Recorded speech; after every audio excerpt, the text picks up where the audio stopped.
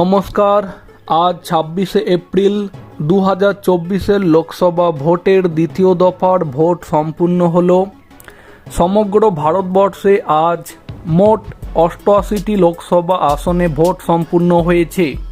উল্লেখযোগ্যভাবে দ্বিতীয় দফার ভোটে কর্ণাটকের ১৪টি লোকসভা আসনে, কেরালার ২০টি লোকসভা আসনে, মধ্যপ্রদেশের ৬টি লোকসভা আসনে, মহারাষ্ট্রের ৮টি লোকসভা আসনে, রাজস্থানের ১৩টি লোকসভা আসনে, উত্তরপ্রদেশের ৮টি লোকসভা আসনে, পশ্চিমবঙ্গের ৩টি লোকসভা আসনসহ আরও বেশ কিছু রাজ্যের লোকসভা আসনে দ্বিতীয় দফার লোকসভা ভোট সম্পূর্ণ হলো।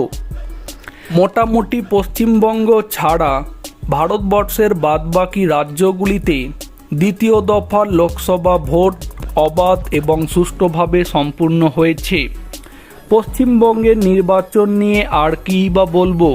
পশ্চিমবঙ্গে বোধহয় যদি আমেরিকা থেকে মিলিটারি ফোর্স এনেও ভোট করানো হয় তাহলেও শান্তিপূর্ণ নির্বাচন করানো কার্যত অসম্ভব। তবুও যে কথাটি না বললেই নয়, গত পঞ্চায়েত ভোটে পশ্চিমবঙ্গে যে সন্ত্রাস দেখা গিয়েছিল তার তুলনায় অনেক ভালো ভোট হয়েছে এই দিন দ্বিতীয় দফাতে পশ্চিমবঙ্গে।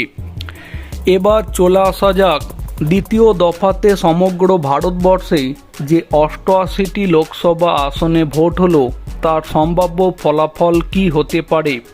দ্বিতীয় দফাতে যে ৮৮টি লোকসভা আসনে ভোট সম্পূর্ণ হলো তার সম্ভাব্য ফলাফল যদি বলতে হয় তাহলে যেটা দেখতে পাওয়া যাচ্ছে, বিজেপি এবং এনডিএ সম্মিলিত জোট তারা ৫০টির আশেপাশে আসন পাবে বলে মনে করা হচ্ছে।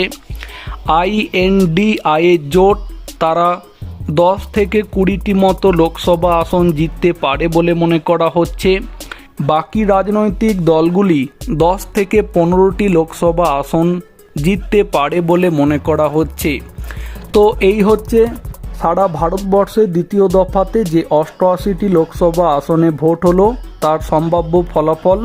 যদি এই বিষয়ে আপনাদের কিছু মতামত দেওয়ার থাকে সেটা কমেন্টে জানাতে পারেন। ভিডিওটিকে সম্পূর্ণ করে দেখার জন্য আপনাদেরকে জানাই অসংখ্য ধন্যবাদ।